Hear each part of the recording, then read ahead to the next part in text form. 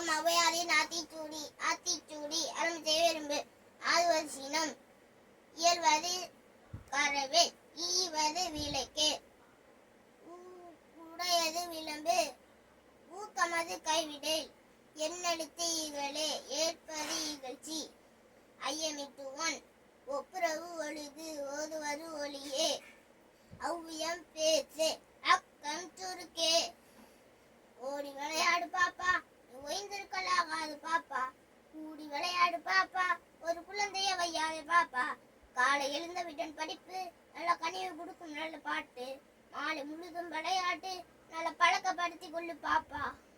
செந்தமிழ் நாடனும் போதினிலே இந்த தேன் வந்து பாயுது காதினிலே, நண்ப தந்தைய நாடனும் பேச்சினிலே இந்த சக்தி பீரக்குது மூச்சினிலே.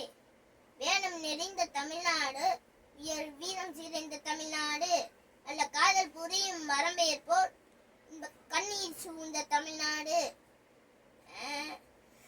பாரதியாரின் பாடல். நன்றி.